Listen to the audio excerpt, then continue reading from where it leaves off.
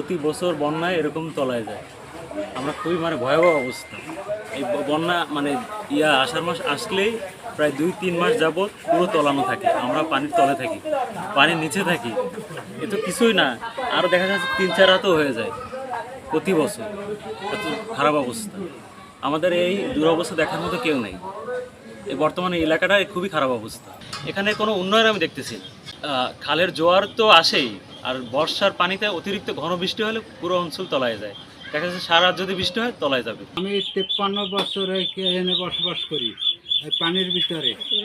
এই বৃষ্টি হলে পানি সরে না, জোয়ার হলে তলাই যায়। আমার বারান্দা তলায়, ঘর তলায়, রান্নাঘর চুলো সব তলাই যায়।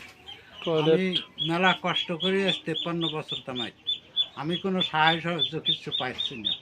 মহানগরীর ড্রেনেজ ব্যবস্থার উন্নয়ন এবং জলাবদ্ধ নিরসনের জন্য প্রায় 1,500 কোটি টাকার মতো দুটি মেগা প্রকল্প ইতিমধ্যে বাস্তবায়িত হয়েছে। আমরা প্রথম থেকেই বলেছি যে এই মেগা প্রকল্প আসলে পরিকল্পিতভাবে এই প্রকল্প নেওয়া হচ্ছে না।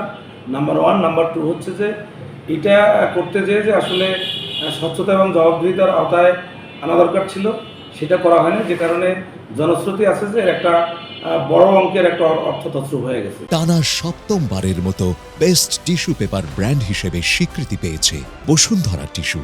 এই নানাবিধ কারণে বেসিক্যালি হচ্ছে যে দুটো মেগা প্রকল্প আসলে কোনো কাজে আসে নাই। সাথে সাথে যেটা এটা বিবেচনা নেওয়া দরকার ছিল সেটা হচ্ছে যে শুধুমাত্র ড্রেনেজ ব্যবস্থার উন্নয়ন করেই হচ্ছে নগরীর জলাবদ্ধতা দূর করা যাবে না। এটার জন্য যে আশপাশের যে নদীগুলো আছে, যে খাল জলাশয়গুলো আছে, সেগুলোকে অবমুক্ত করতে হবে এবং সেখানে জলাধার বা আমরা বলি জোয়ার ভাটা নিশ্চিত করতে হবে। ভাসমান ময়লা, তারপরে যেখানে পেরি মাটি উত্তোলন, কচুরিপানা, এগুলো সরিয়ে দেওয়া হচ্ছে। কিছু কিছু জায়গায় জলাবদ্ধতা ওই দিকটা একটু বেশি, নিউজগুলো আসছে আমাদের কাছে, যার কারণে ওই দিকটাকে, তারপরে আজকেও আমরা এই যে আপনার রয়্যালের মোড়ের এইদিক, পিটার মোড়ে ওইদিকে যে পূর্ত বিভাগে যে কাজগুলো হয়েছিল, সেখানে কিছু বাঁধ টাদ দেওয়া ছিল।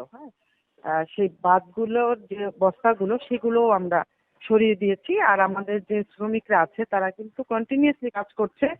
আবার আবু নাসেরের ওইখানেও আমাদের আসলো, আবু নাসেরের সেনাবাহিনী থেকে একটা দাবি আসলো যে রাস্তাতে পানি ওভারফ্লো হচ্ছে, সেখানেও আমরা পানি সরিয়ে দেওয়ার জন্য 9 নম্বর ওয়ার্ডে সেটাও ব্যবস্থা গ্রহণ করলাম, তৎক্ষণাৎ।